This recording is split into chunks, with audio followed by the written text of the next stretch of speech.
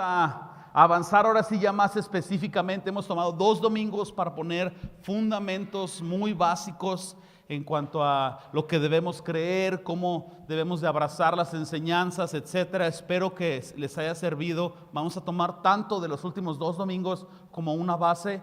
Les va a servir especial para los siguientes mensajes. Y hoy vamos a, en el nombre del Señor y con la valentía que esto requiere, a enfrentar un estilo de vida que el cristianismo moderno nos ha vendido. Muchos de nosotros, poquito o muchito, pero hemos estado un poco influenciados por esta nueva enseñanza y nosotros tenemos que aferrarnos a los fundamentos de la fe. Vamos a confrontar el evangelio de la prosperidad. Entonces, vamos a hablar la diferencia que hay entre la prosperidad bíblica, lo que está aquí escrito, y el estilo de vida de cristianismo que promueve la riqueza, la honra y todo lo demás. Vamos a ir a la escritura más de una vez y vamos a asegurarnos de que estamos entendiendo lo que Jesús nos enseñó por el concepto de evangelio. Y vamos a ver qué es lo que está en el centro del evangelio y de lo que Jesús enseña. Y yo empiezo por aquí. Algunos de ustedes tal vez ya están familiarizados porque han estado aquí por tiempo a lo que es el mensaje de Cristo a las 7 iglesias en el libro de Apocalipsis. Si ustedes han escuchado un poco de esto, van a recordar que el Señor Jesucristo, ¿verdad?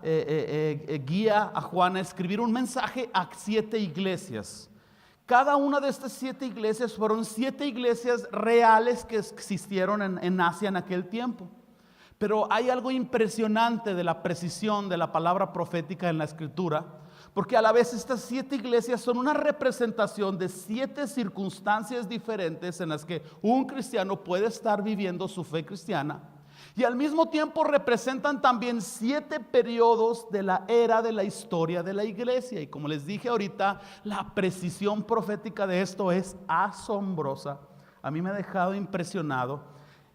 El mensaje a la iglesia de la Odisea sería el mensaje representativo a la iglesia de, vamos a decirlo así, el siglo XX o la iglesia que nosotros estamos viviendo hoy. De manera que nosotros podemos tomarlo personal, en general como cuerpo de Cristo. A lo mejor no específicamente una congregación, pero en general es un mensaje para nosotros. Y lo fuerte de esto es que el Señor Jesucristo ha hecho un reclamo a la iglesia de este tiempo en 2 formas. La primera de ellas, Jesús les reclama que la iglesia de este tiempo es repugnantemente tibia y apática. Les dice ahí en el 3:15, eres tibio y no frío ni caliente. Si fueras caliente, amarías al Señor. Si fueras frío, pudieras escuchar el evangelio y arrepentirte. Pero eres tibio.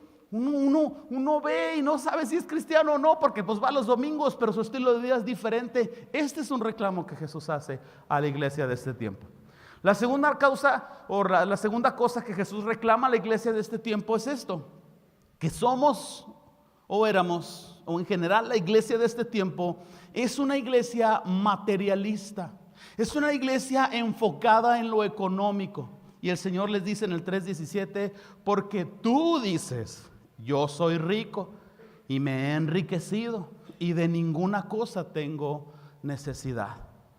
Lo más sorprendente es que estas dos son 2 características muy marcadas de la iglesia de este tiempo.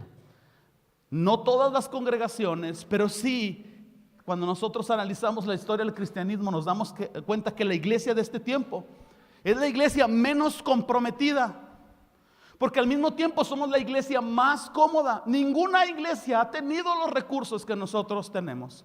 Antes no había micrófonos, no había sonidos, no había nada de estas cosas, no había clima en las congregaciones, no había nada. Y cuando tú ves la historia del cristianismo, eran cristianos apasionados, morían en la hoguera, morían por su fe. Los cristianos de hoy en general les da vergüenza decir que son cristianos o viven de una manera distinta. Es una marca distintiva de la iglesia de este tiempo, y a lo mejor este será otro mensaje que podemos enfocar hacia otro lado, pero la realidad es que nosotros somos una iglesia en general durante este último tiempo con muchos recursos, y tenemos que entender una verdad.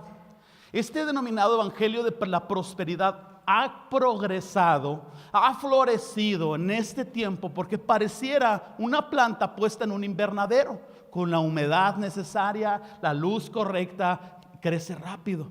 ¿Por qué razón? Porque vivimos también la historia de la humanidad en donde somos más materialistas y más consumidores que ninguna otra persona en la época de la historia de la humanidad. El consumismo que vivimos ahorita, la mercadotecnia, ningún humano lo había vivido más que nosotros. Y lo más triste es que la iglesia en esta categoría no presenta ninguna diferencia al comportamiento de los no cristianos. Somos una iglesia materialista porque la sociedad es materialista y la iglesia se ha hecho a como es la sociedad. Queremos mejores celulares, queremos carros más padres, queremos en una casa, en un fraccionamiento más nice, queremos esto, queremos el otro. Somos consumistas, poco o mucho. Todos tenemos tarjetas de crédito, todos queremos esto, todos queremos aquello. Y por eso el evangelio de la prosperidad ha progresado tanto por la inclinación materialista que tenemos. Y entonces yo quiero hacer una declaración. No estamos en contra, nosotros como congregación, en base al conjunto de creencias que tenemos, no estamos en contra de que una persona prospere. En ninguna manera ustedes se vayan a ir al lado izquierdo de este mensaje y pensar que lo que se enseña en esta iglesia es que debemos de vivir miserables y pobres y sucios ¿verdad? Y no prosperar. En ninguna manera es esto. En ninguna manera es esto lo que estamos tratando de decir. No estamos en contra de que las personas progresen. No es el estilo de cristianismo que queremos vivir. En simples palabras es esto: perseguir lo material, perseguir la bendición, nunca debe de ser algo que está por encima del arrepentimiento, por encima de la fe de Jesucristo, por encima de la salvación. Perseguir la bendición no debe ser una constante enseñanza que está por encima del hecho de que Cristo es el centro de lo que enseñamos, el centro de lo que creemos y la razón por la cual nosotros vivimos. Entonces, ¿hasta aquí vamos bien? Muy bien, muy bien. Como dijo el profeta, el Puma, agárrense de las manos, o agárrense donde puedan, mis hermanos, porque aquí vamos. ¿Qué es el evangelio de la prosperidad más específicamente? Ok, el evangelio de la prosperidad es un estilo de enseñanza, es un estilo de cristianismo que nos han vendido. Aquí está la descripción, creo que aparece en pantalla. El evangelio de la prosperidad es la tendencia moderna a proclamar, y yo agregaría declarar, decretar, que a través de las promesas de Dios podemos obtener felicidad, salud, riqueza como la meta principal del evangelio. Efectivamente, cuando nosotros venimos a los pies de Cristo, hay felicidad. Efectivamente, el Señor sana, vamos a entrar a ese punto más adelante. Efectivamente, ¿verdad? Dios prospera en nuestras vidas, pero no es el objetivo que nosotros debemos de perseguir como lo más importante. Ese es un estilo de cristianismo, y los predicadores de prosperidad los vamos a distinguir muy claramente porque enseñan cosas como una clave para que tú puedas obtener esto o aquello. Enseñan que para tener prosperidad o riqueza o que se rompa en ti, ¿verdad?, la mala racha, tú tienes que estar bien con Dios. Presentan una condicionante, no una condicionante para las promesas, sino una condicionante de desempeño. Enseñan que debes de ser leal a los pastores, que los pastores son alguien establecido por Dios y no te puedes revelar a ellos porque entonces ruina económica va a venir a tu vida. Y con esto manipulan a las personas a diezmar, a ofrendar, a dar más allá, a permanecer en un sistema religioso. Enseñan que se debe de romper la maldición de la pobreza y que entonces, basado en Malaquías 3:10, muy mal aplicado, basado en Malaquías 3:10, las ventanas de los cielos serán abiertas sobre nuestras vidas y prosperidad se va a romper. Los vas a escuchar: se rompe la maldición, ahora se rompe, se rompe, se rompe. Y yo quisiera lanzar un desafío a cualquier persona en esta congregación o quienes nos vean en video. Yo quisiera lanzar un desafío. Si alguien encuentra un pasaje en el Nuevo Testamento que mencione que Jesús o los apóstoles textualmente están diciendo, rompe la maldición de la pobreza, y lo encuentran, vengan conmigo y yo me voy a retractar de este mensaje. No lo van a encontrar. Quizás vengan con Proverbios 18:21, ¿va? Que el poder de la vida y la muerte la vida y la muerte están en el poder de la lengua. Pero es un versículo Antiguo Testamento. Y si ustedes recuerdan las bases que hemos estado mencionando, ¿se acuerdan? No puedes tomar un versículo y hacerlo todo una doctrina. Pon en una balanza Proverbios 18:21, que es una mención similar, y pon del otro lado lo que Jesús enseñó, todo el Nuevo Testamento: arrepentimiento, resurrección, fe en Jesucristo. Vive la fe, da a los pobres. No te quedes con dos capas, da la segunda, da la milla extra, quebrantamiento. Jesús retorna, predica el evangelio, la salvación de los perdidos, todo el Nuevo Testamento. De manera que en esencia, esta enseñanza, o los que enseñan esta prosperidad, ponen como meta principal del cristianismo un intercambio con Dios. Y yo he tratado de enseñarles esto con mucho fervor: dar un diezmo, dar la ofrenda, darle algo a Dios en servicio, en adoración, no es ningún intercambio con Dios. Yo te doy esto y el Señor me da aquello. Eso es un contrato. ¿Me logro explicar? El cristianismo no es un intercambio, es un asunto de fe. No es que tus finanzas ahora se desatan, es que simplemente tú tienes ahora una fe distinta. Entonces yo sé que vienen estas preguntas para algunos de ustedes, y alguien puede decir: Omar, ¿acaso Dios no quiere que seamos felices? Tú estás diciendo que Dios no quiere que seamos sanados. ¿Acaso es que Dios no quiere que nosotros prosperemos? Y yo tengo que responder esta pregunta: claro que Dios quiere que seamos felices. Todos estamos de acuerdo en que Él nos ama, ¿no es cierto? Pero les quiero hacer una pregunta y quiero que respondan levantando su mano. ¿Alguien de ustedes ha sufrido dolor, tristeza y tribulación en algún momento de su fe? Levante su mano. Mantengan su mano arriba. ¿Ustedes creen que Dios ha fallado entonces en la esencia de su carácter los momentos en que presentamos dolor, enfermedad o algo? ¿Verdad que no? Dios quiere que seamos felices, absolutamente sí. Pero la felicidad que nosotros experimentamos no es esencialmente una bendición que perseguimos. La bendición que nosotros experimentamos es la consecuencia de encontrar en Él nuestra felicidad. Cristo tiene que ser suficiente para que seamos felices. No es necesario ninguna otra cosa más. Alguien dice: si yo me casara sería feliz. Si yo tuviera una casa propia sería feliz. Si yo tuviera una pensión sería feliz. Si yo tuviera esto sería feliz. Si tú estás persiguiendo esto, tú estás persiguiendo felicidad, no estás persiguiendo a Cristo. ¿Me logro explicar? Y no hay ninguna condenación, nomás es cuestión de redireccionar, poner tu fe donde es correcto. Yo tengo que contestar: claro que Dios quiere que seamos felices, pero el Señor ha reservado la máxima felicidad para un lugar llamado el cielo. Un lugar en donde nosotros encontramos la felicidad aquí en Él, y de repente estamos en el cielo y ninguna cosa material se interpone entre Él y nosotros. Una enseñanza enfocada en felicidad, en salud, en prosperidad, en riqueza, hace que busquemos la bendición en lugar de buscar al que bendice. Y después de este mensaje, muchos de nosotros tendremos que tomar decisiones de hacia dónde queremos nosotros enfocar nuestra fe en Jesucristo. Yo tendría que continuar respondiendo: claro que Dios quiere que seamos sanados. ¿Estaríamos contradiciendo la esencia de la cruz? Yo estaría arrancando Isaías 53 de la Escritura si dijera que Jesús no quiere que nosotros seamos sanados. He leído la Escritura y todos sabemos que por sus llagas fuimos nosotros curados. Pero es importante que el cristiano entienda todo el concepto de la Escritura, porque cuando vemos el balance de todo esto, sabemos que efectivamente Jesús sana. En este tiempo moderno, ustedes han conocido a alguien que el Señor lo ha sanado. Levanten su mano. Bajen su mano. ¿Han conocido a alguien que no ha sanado? Levanten su mano. ¿Dónde está la respuesta? La respuesta está aquí y el cristiano debe saberla.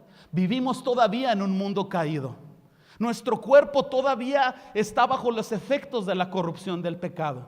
Y la restauración de este mundo y la restauración de nuestro cuerpo, el efecto de la resurrección, van a venir en nuestras vidas cuando nos encontremos con el Señor. Por eso es tan importante la fe en Jesús, la fe en la resurrección y la fe en la segunda venida. Por eso el cielo es una esperanza extraordinaria para nosotros. Cuando tú vas al final del libro de Apocalipsis, encuentras, no habrá más llanto, ni dolor, ni lágrima. Todo será enjuagado. Nuestros cuerpos serán restaurados en cuerpos de resurrección que no enferman. Escuchen esto, no envejecen. ¡Aleluya! Pero mientras tanto, mis hermanos, el Señor quiere que vivamos esta era de la iglesia por la fe. Porque sin fe, y la fe a veces implica pasar por momentos de no felicidad, de enfermedad, de tribulación, de necesidad. Y todos lo hemos vivido y todos lo sabemos. Y entonces tenemos que ubicarnos en la realidad de esto. Entonces, efectivamente, hay quienes son sanados. Y tú dices, no debemos de orar por enfermos. Claro que debemos de orar por enfermos. Está en Dios sanar. No debemos de ir al doctor. Claro que tienes que ir al doctor. Ir al doctor no es incredulidad. Dios ha puesto tantas cosas. Es como decir, no, yo no como comida. No, Dios me va a dar la comida del cielo. Pues te vas a enflacar bastante. Vas a agarrar muy buena dieta, ¿verdad? Tienes que ir al doctor. Toma los medicamentos. Está en Dios sanar. Hay personas que toman medicamento y no sanan, sí saben, ¿verdad?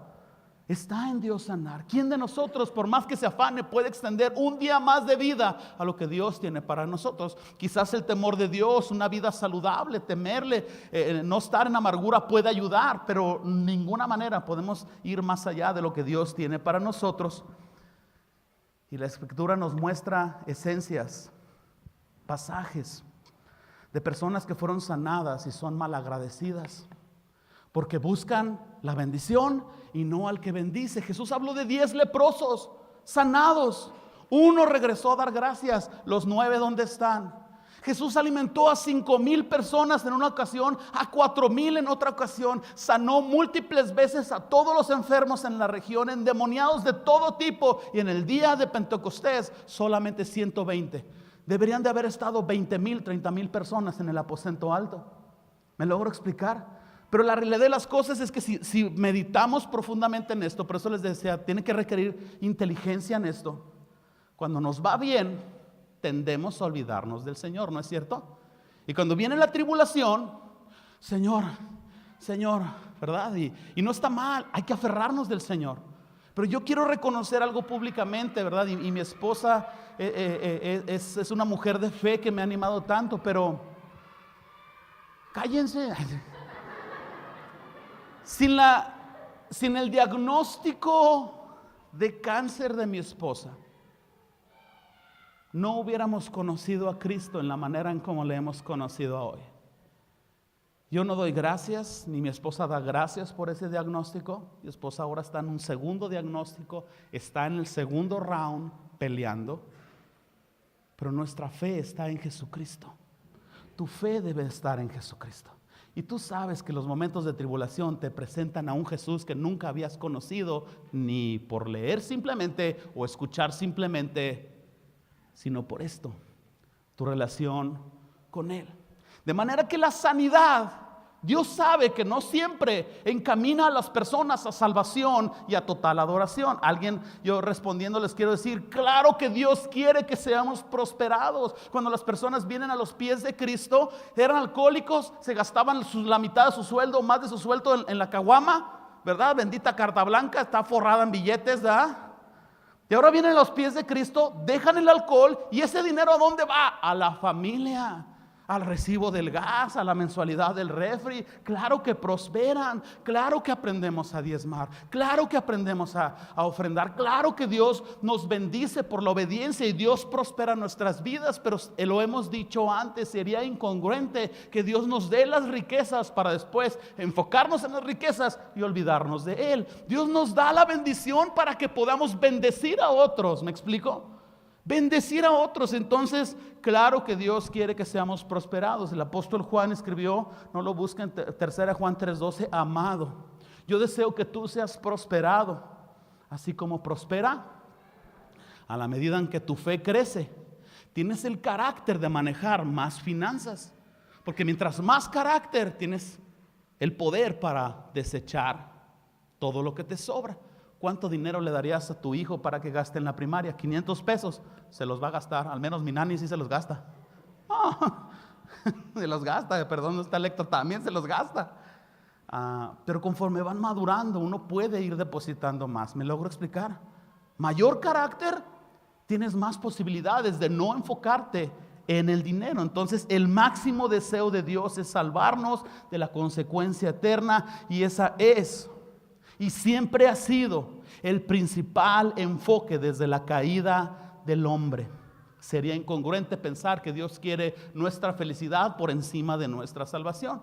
Alguien puede preguntarse ahora, bueno, entonces exactamente ¿cuál es el problema con el evangelio de prosperidad o con este estilo de cristianismo que se promueve? Ok, aquí les va.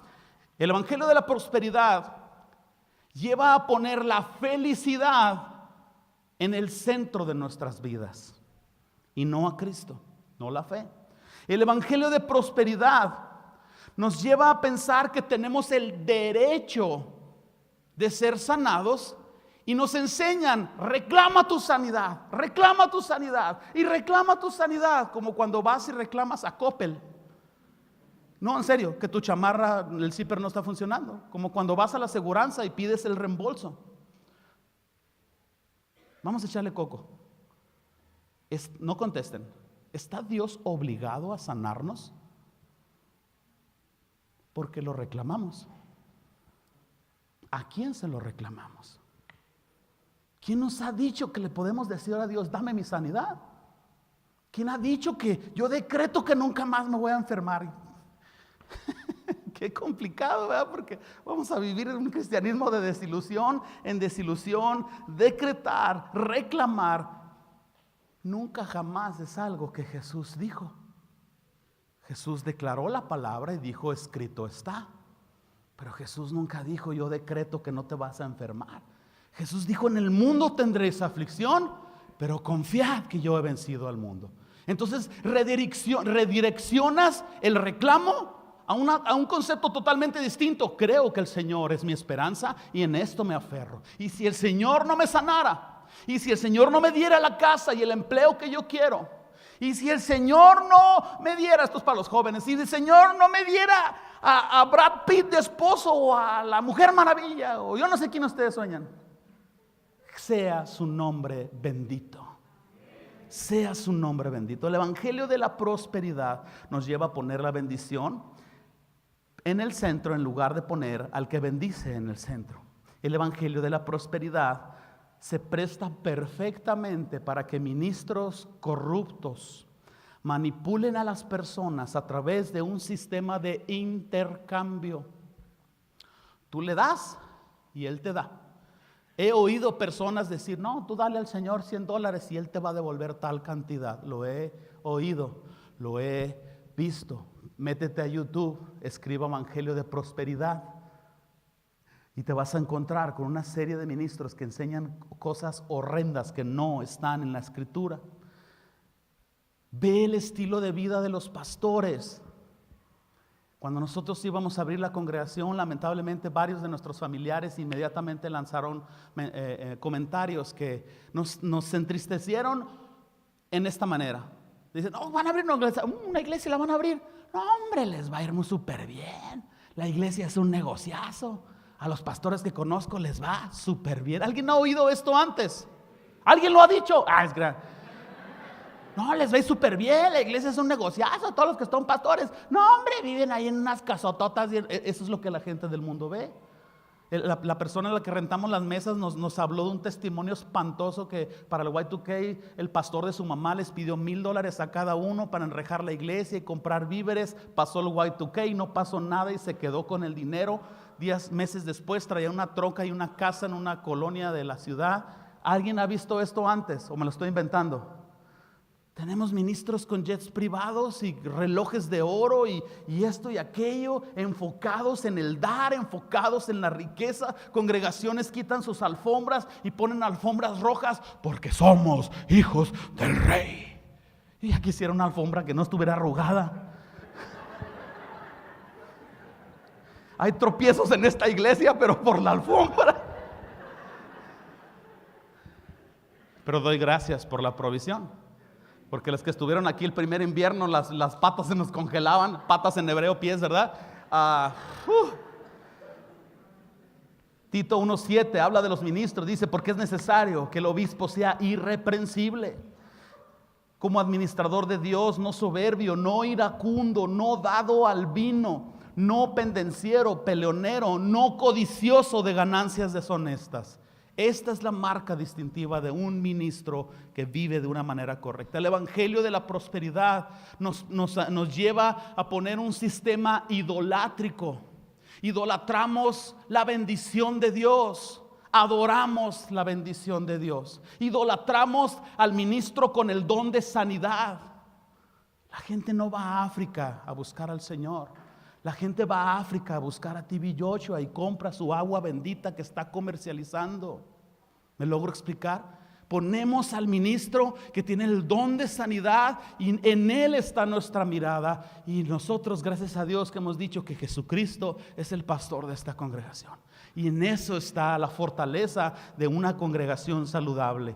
Entonces, con todo mi corazón se los digo, mis hermanos, ustedes aquí en vivo, los que nos ven en un video, pesen el corazón de los pastores. No busquen un pastor perfecto porque no lo van a encontrar. Van a vivir su vida cristiana de iglesia en iglesia, no lo van a encontrar. Pero pesen el fruto de su pastor. Vean su vida, si es humilde, si es sencillo, si es accesible. No tiene que vivir miserable, tiene que comer, tiene que vivir bien, pero no puede vivir en opulencia y en riqueza mientras la iglesia tiene necesidades. ¿Alguien puede decir amén a esto? Si quieren probar nuestra fe, vayan a nuestra casa. Nomás prepárense porque nomás cabemos 5 ahí.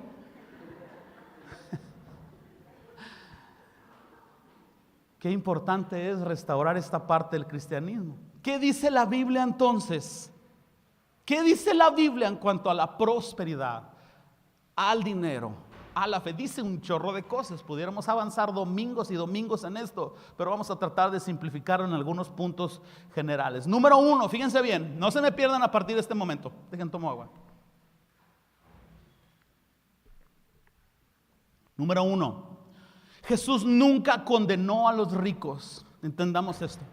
Jesús no condenó a los ricos por tener dinero. Jesús advirtió a los ricos que su dinero pudiera ser su autoconfianza, un distractor, un obstáculo para que ellos pudieran heredar el reino de los cielos. Un joven rico se le acercó, según él cumplía los 10 mandamientos, increíble, ¿verdad? Imposible cumplirlos si fuera de Cristo, pero según él los cumplía y Jesús le dijo, pues pruébamelo, vende todo lo que tienes, pruébame que no hay codicia en tu vida y sígueme. Y no pudo hacerlo, porque su riqueza le estorbó. La Escritura nos presenta el otro extremo, un Zaqueo que encuentra a Cristo y ¿qué es lo que hace? Le devuelvo a los pobres lo que les robé. Les doy a los pobres la mitad. A los que los defraudé se los devuelvo. Y me enfoco ¿en quién? En Jesús. Jesús advirtió simplemente que la riqueza pudiera ser un obstáculo. Misma advertencia se aplica para nosotros. Demasiada prosperidad económica puede empezar a ser un distractor. La línea es tan gris, la cruzamos tan fácil, rápidamente queremos esto mejor, esto más grande, esto aquello, rápidamente nos empieza a robar de nuestro corazón.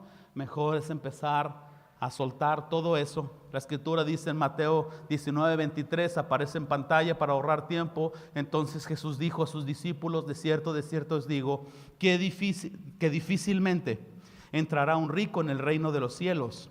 Otra vez os digo, que es más fácil pasar un camello por el ojo de una aguja que entrar un rico en el reino de Dios. ¿Qué significa esto? Que aquellas personas que tienen en el dinero su tesoro, es virtualmente imposible que encuentren a Cristo como su tesoro. Tendrían que soltar el tesoro terrenal y abrazar el tesoro celestial. De otra manera no se puede. Número 2, la pobreza no es una señal del desagrado de Dios. Ojo con esto. Si tú estás batallando económicamente, entendamos esto: la pobreza no necesariamente es un síntoma de que Dios está desagradado de tu vida. El pobre no rompe la maldición de la pobreza, ¿verdad? Y como si la pobreza fuera un desagrado de Dios. El desagrado de Dios realmente está en lo material. No podéis servir a Dios y a las riquezas. Ojo con esto: Jesús fue pobre, ¿sí sabían? Jesús no vestía elegantemente. Jesús era humilde desde el momento en que nació. Todos nosotros, espero no equivocarme, de veras, al más calvo aquí le arrastra la greña. Todos nosotros nacimos en un hospital, ¿verdad? Lo más en el Seguro Social, yo de ellos, ¿verdad? Sí, ¿verdad, madre? ¿Sí nací en el Seguro Social? ¿Dónde nací? En un hospital. Ay, que vean, o sea, por algo me rentaban de niño Dios en los nacimientos. Jesús nació en un pesebre, entre estiércol y orines de animales. ¿Me explico? Jesús nació en un pesebre.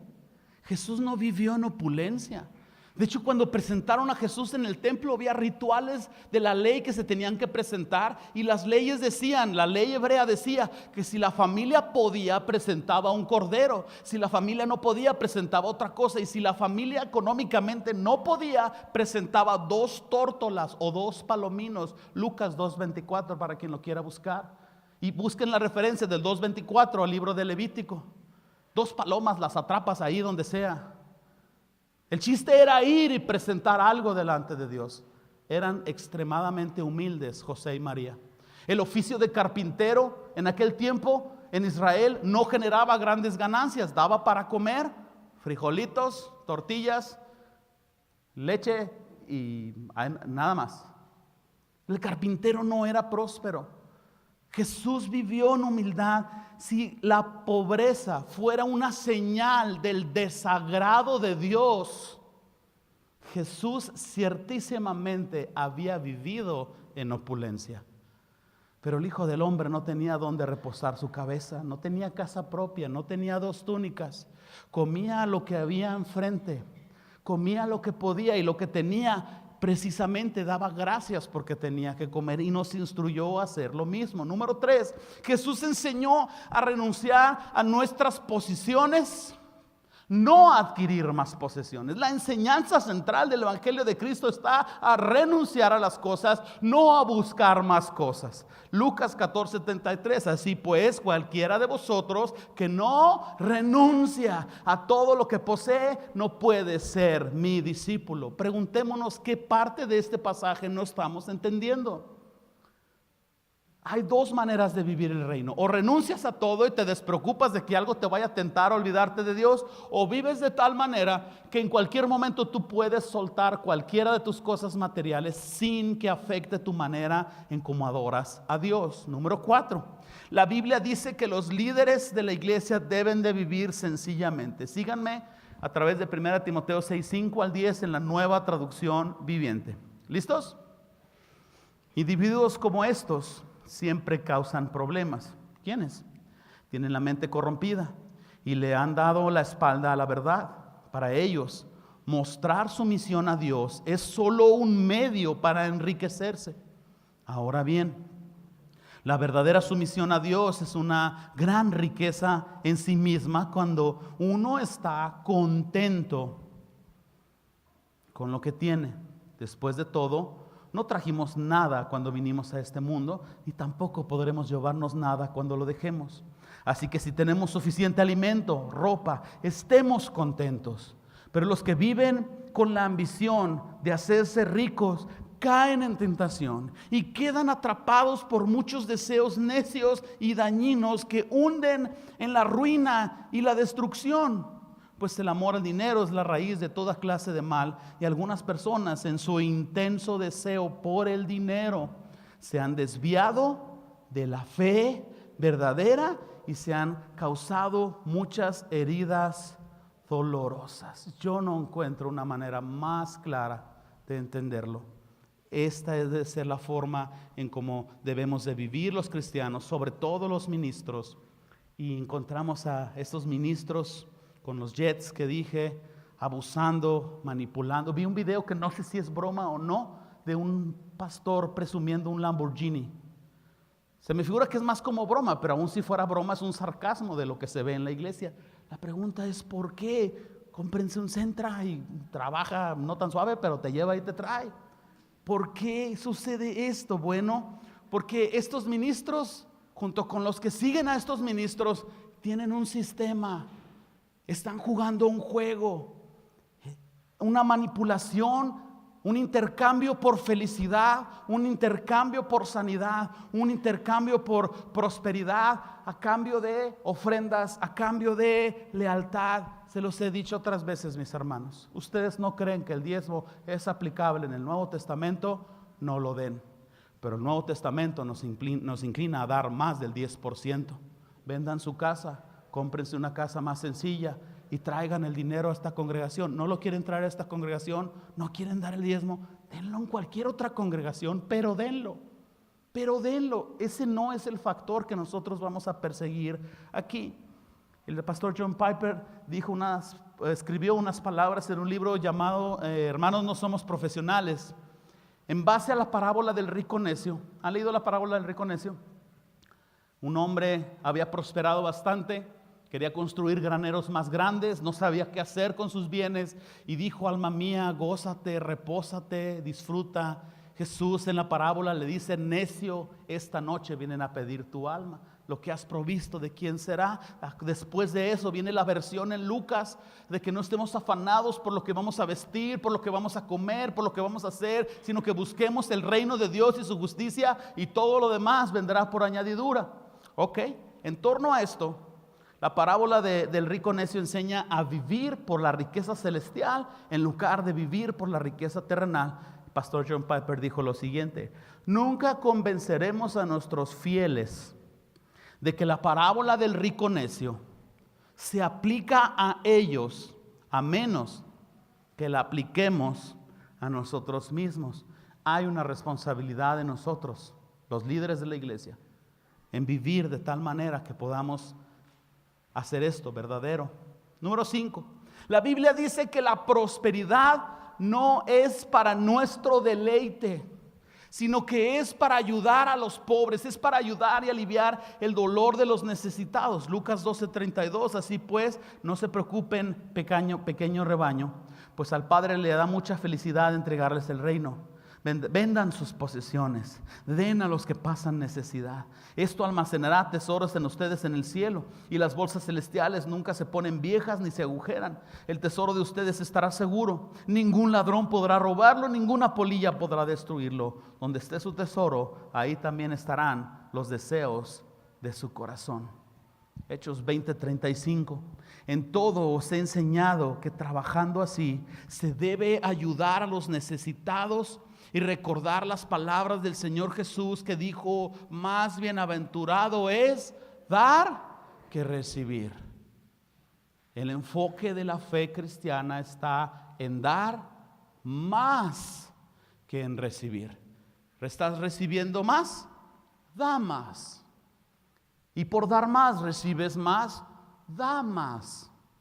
Y así llevémosla, así vamos a llevárnosla hasta encontrar. Nosotros, número 6, la Biblia enseña sobre el contentamiento. El contentamiento básicamente es ser feliz con lo que tienes, ser feliz con la manera en como Dios te ha hecho, y ser feliz con lo que el Señor es para tu vida. Hay algunos que no son felices con lo que tienen y buscan tener más. Hay algunos que no son felices en la manera en como Dios los ha hecho. Ay, es que me ha gustado ser más alto. Y yo mismo he dicho, a mí me ha gustado tener barbas. Ya me arrepentí, ya no quiero tener barbas. Si el Señor no me dio barbas, Dios bendiga a los barbones. Qué bonito es rasurarse. 1, 2, 3, vámonos. Pimponado. Levanten la mano los que me apoyan, los que no tienen poca barba, señores, gracias. Vamos a hacer un comité. Hay quienes no están felices con Cristo y quieren la riqueza o quieren fingir ser alguien más, porque ni son felices con lo que tienen, ni son felices con lo que son, ni son felices con Cristo en sus vidas. La Biblia nos enseña a ser felices con lo que tenemos. La Biblia nos enseña a ser felices como somos. La Biblia nos enseña a tener en Cristo nuestra suficiencia de felicidad. Tú puedes poner aquí el contentamiento y tú puedes poner acá la codicia. Cuando tú estás en contentamiento, tú no estás en la codicia, están separados. Cuando tú no estás contento, tú empiezas a buscar y vas en dirección de la codicia. El famoso versículo Filipenses 4:13. Díganlo, se lo saben, no se hagan. Deportistas lo usan, gente que corre maratones, todo lo puedo en Cristo que me fortalece. Sí, todo lo puedes, Cristo te fortalece. La gracia de Dios hace que hagamos cosas extraordinarias. Pero Filipenses 4:13 no es el pasaje en la Biblia para decir esto. Porque si recuerdan los mensajes pasados, tenemos que leer en contexto. Y cuando tú lees el capítulo 4 de Filipenses, te das cuenta que Pablo está hablando de las ofrendas de los filipenses, no de la potencia que hay en Cristo. Nada más vayan a sus Biblias y lean el versículo 12 y Pablo está diciendo: Dios me ayuda a vivir. Cuando no tengo, yo estoy contento con lo que tengo. Tengo abrigo, tengo comida, estoy bien. Y cuando me va muy bien, dice Pablo, yo estoy bien porque no estoy enfocado en lo material. Tengo el carácter para dar todo lo que me sobra. Entonces, en la pobreza, en la riqueza no pierdo la cabeza y en la pobreza no pierdo mi alegría. Es lo que está diciendo. ¿Por qué razón? Porque todo lo puedo, pobre o rico, todo lo puedo en Cristo que me fortalece. Ya los convencidos, les sigo. Tengo como 6 más aquí. Número 7. La Biblia enseña que la prosperidad viene cuando Dios es número 1 en nuestras vidas. Mateo 6:33. Más buscad primeramente el reino de Dios y su justicia. ¿Y qué es lo que viene por añadidura? El problema es buscar la añadidura por encima de Dios. El problema es decir, pongo a Dios número 1 y viene la añadidura. Pues estás buscando la añadidura. Mateo 6:33 no nos enseña esto, nos enseña el enfoque central de tu vida es Cristo. Todo lo demás, venga o no venga, no te preocupes, pero va a venir, porque el Señor recompensa cuando realmente en nuestro corazón Él es número 1. Número 8, el corazón del Evangelio no es la riqueza, no es la felicidad, no es la prosperidad. El corazón del Evangelio es la salvación de los pecadores. Si alguien, por las promesas de Dios, encontrara riqueza y bendición y perdiera su alma, ¿de qué sirve? Si alguien encontrara sanidad y se olvida de Dios y pierde su alma, ¿de qué sirve? Efectivamente, Dios sanó a muchos. Los evangelios nos dicen que llegó momentos donde Jesús, todos los enfermos que había en ese momento, los sanaba. La sanidad de los enfermos era una forma de confirmar que el reino de los cielos se había acercado. Era una manera de establecer el dominio de Jesucristo sobre la tierra. Por eso Él sanaba a todos los enfermos. Pero yo les quiero desafiar a que pensemos en los siguientes conceptos. Vamos a pensar más profundamente. Si la felicidad, la sanidad y la prosperidad en forma de riqueza fueran el corazón del Evangelio o el enfoque principal del Evangelio, la pregunta es: ¿por qué Jesús no sanó a todos los enfermos en el estanque de Betesda?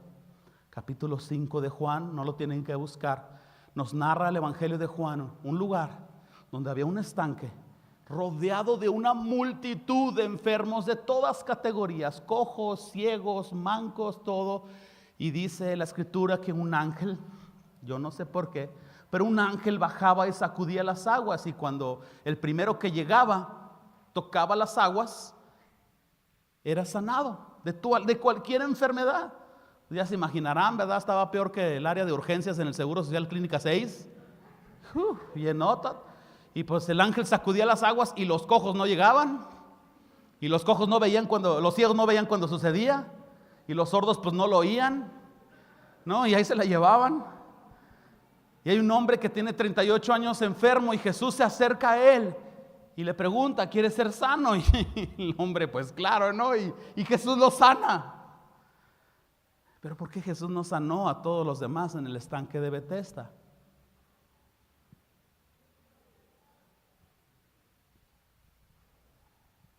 El que tenga la respuesta me la da, porque no la encuentro.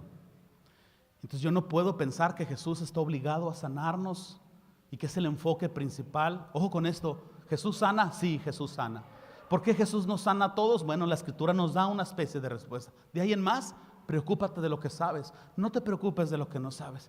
Entonces, por lo que vemos, ni aún Jesús mismo vino exclusivamente a sanar a todos los enfermos. ¿Por qué nosotros buscamos algo diferente? Si la felicidad, la sanidad y la prosperidad en forma de riqueza fueran el corazón del Evangelio o el mensaje central del Evangelio, ¿por qué Jesús nació y vivió humildemente o pobremente? Si la sanidad, la felicidad y la prosperidad en forma de riqueza fueran el mensaje principal del Evangelio o el corazón del Evangelio, ¿por qué los apóstoles vivieron en necesidades, en enfermedades, en persecución, apedreados, perseguidos, encarcelados, en angustias?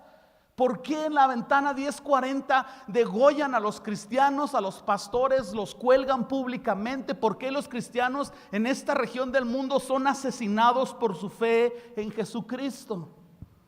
¿Por qué? Si el Evangelio es felicidad, sanidad, nunca te va a pasar nada, Cristo igual a todo lo precioso. Para que no tengan empolvadas sus Biblias, acompáñenme a 2 Corintios 6, 4.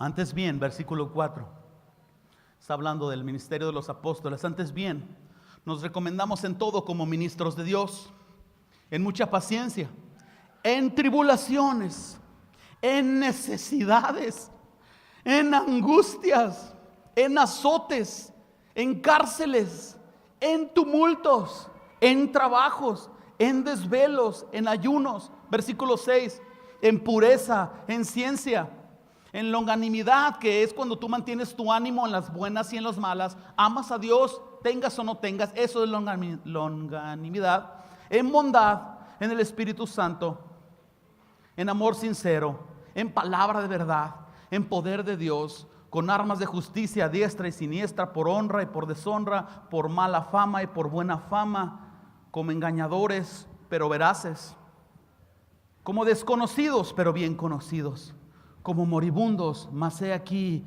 vivimos, como castigados, mas no muertos, como entristecidos, mas siempre gozosos, como pobres, mas enriqueciendo a muchos, como no teniendo nada, mas poseyéndolo todo.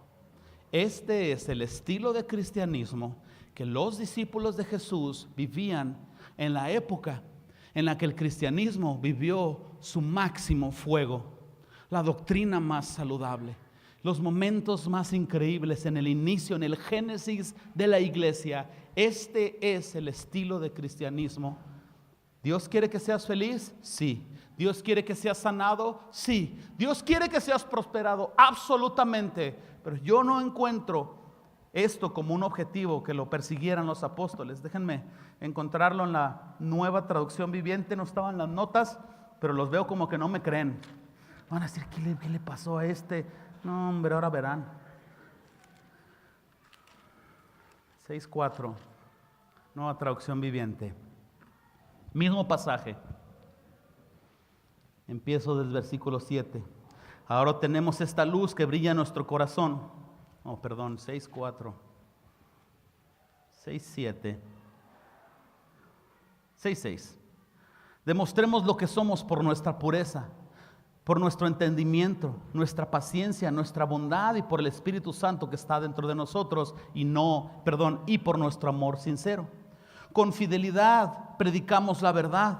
El poder de Dios actúa en nosotros. Usamos las armas de justicia con la mano derecha y para atacar y con la izquierda para defender. Servimos a Dios, ya sea que la gente nos honre o nos desprecie, sea que nos calumnie o nos elogie. Somos sinceros, pero nos llaman impostores. Nos ignoran aún cuando somos bien conocidos. Vivimos al borde de la muerte, pero aún seguimos con vida. Nos han golpeado, pero no nos han matado. Hay dolor en nuestro corazón, pero siempre tenemos alegría.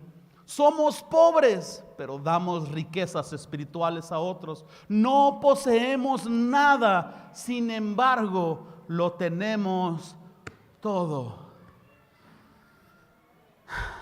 En el corazón del Evangelio está la salvación de los perdidos, la extensión del reino de los cielos, la promesa de felicidad, sanidad y riqueza espiritual en el cielo.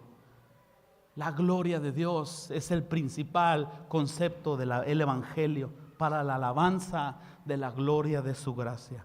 El Evangelio, mis hermanos, como hemos dicho antes, no es un llamado a vivir con más, es un llamado a vivir con menos.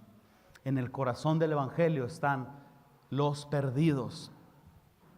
Así que el Señor Jesucristo dijo: mirad y guardaos de toda la avaricia, porque la vida del hombre no consiste en la abundancia de los bienes que posee.